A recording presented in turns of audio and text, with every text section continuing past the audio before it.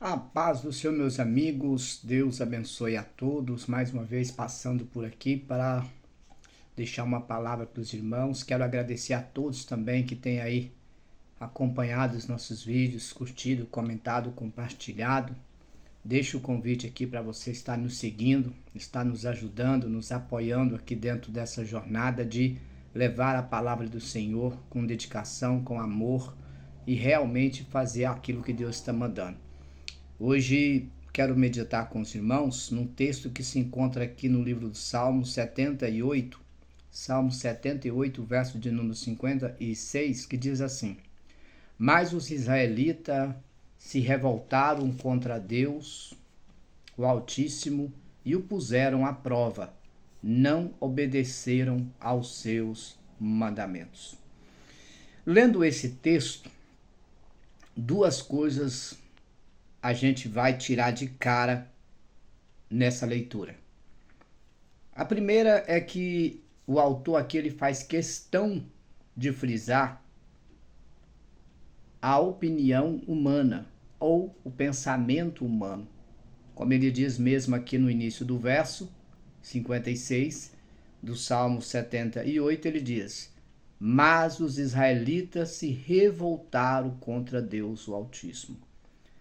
A palavra revoltar aqui significa rebelar-se contra Deus. Significa que eles quebraram a hegemonia da obediência, que eles se revoltaram contra o domínio e a autoridade do Altíssimo. É como se eles do dia para a noite tomassem a decisão e dissessem um para o outro: a partir de hoje, Deus falando e uma porta falando não faz diferença para nós. E aí me vem a primeira pergunta na mente. Por que nós temos tanta dificuldade de obedecer a Deus, de respeitar a Deus, de ouvir a sua voz e tanta facilidade para escutar a voz do mundo? Por que as pessoas do mundo mentem, distorce, engana, enrola, inventa, e a gente acredita com tanta facilidade?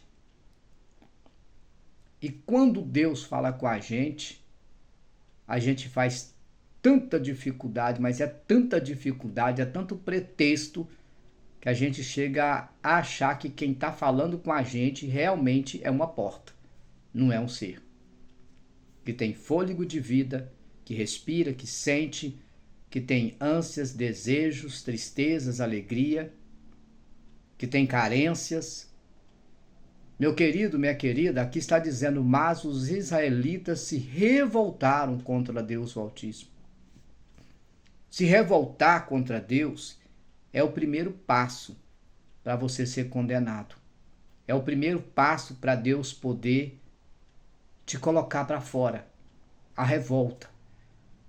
A pessoa, quando ela está revoltada, quando ela está contrariada, quando ela está decepcionada ou irritada, ela não consegue fazer nada direito. Uma pessoa revoltada, uma pessoa contrariada, uma pessoa chateada, tudo que você pede para ela, ela tem dificuldade de executar. Por quê? Porque ela está revoltada contra Deus. Não importa a quantidade do sacrifício que você pedir para ela fazer, seja para carregar uma balinha ou um saco de cimento, para ela não faz diferença. Porque para ela o que é considerado não é o peso do produto que ela carrega, mas a má vontade com qual ela vai carregar. E o interessante é que ele diz aqui que os israelitas se revoltaram contra Deus o Altíssimo e puseram Deus à prova e não quiseram obedecer os seus mandamentos. E aí vem a segunda pergunta aqui. Você já reparou, você já prestou atenção que nós somos uma das gerações que mais coloca Deus à prova?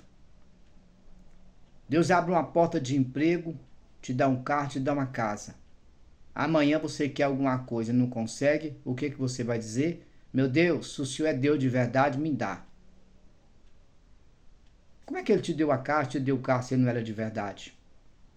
Às vezes, meus irmãos, nós precisamos refletir naquilo que sai da nossa boca. Aqui está dizendo que eles puseram Deus à prova. E hoje nós temos visto pessoas colocar Deus à prova a todo instante. A todo instante eles colocam Deus contra a parede.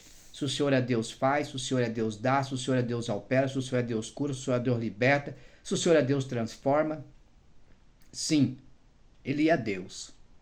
Porém, tudo o que você impor para Ele fazer, Ele só faz se estiver dentro da vontade dEle. Agora eu vou fazer uma pergunta para você. O que Deus vai receber em troca se Ele fizer isso para você? Qual é o benefício que Deus vai ganhar se Ele fizer isso para você? Visto que muitas vezes Ele abre a porta, você desvia. Ele te abençoa, você se acomoda. Ele multiplica o que você tem, você se torna autossuficiente. Não precisa mais dele para nada. Se ele toma tudo de você, você se ira, revolta e contraria com ele. Qual é o benefício que Deus vai ter se ele fizer o que você está pedindo? Ou melhor dizendo, qual é o benefício que Deus vai ter se ele fizer tudo que você pede? Obedecendo a você, qual é o benefício que ele tem? Porque quando eu e você decidem obedecer a Deus, a Bíblia diz que a obediência gera bênção. Agora, o que é que ele vai receber em troca se ele fizer tudo que você pediu para ele? Aqui está dizendo que eles se revoltaram contra Deus, puseram o Altíssimo à prova e não quiseram obedecer os seus mandamentos.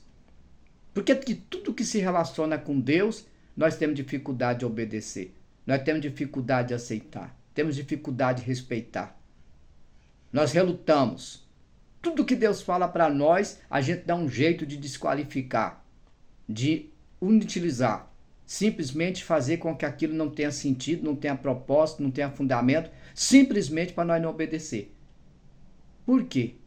Porque nós somos uma geração mimada, que é constantemente colocando Deus contra a parede, mas não aceita ser colocada contra a parede. A Bíblia diz que aquilo que eu planto, que você planta, que nós plantamos, nós vamos colher. Então não espere colher de Deus algo que você não está fazendo. Não espere. Infelizmente, para você colher alguma coisa na presença de Deus, você tem que estar disposto a plantar alguma coisa. Agora a pergunta é, todos nós temos a semente boa e a semente ruim. Qual você está plantando? Qual que você está colocando na terra? Qual que você está semeando? Qual é a semente que você está colocando na terra? Porque a semente que você está colocando na terra é exatamente a que vai produzir o fruto para você colher. Não reclame da sua colheita. Que Deus possa te abençoar. Amanhã, querendo Deus, a gente está de volta. Se puder, curta, comenta, compartilhe e siga. Eu, Deus, de já agradeço a todos, em nome de Jesus.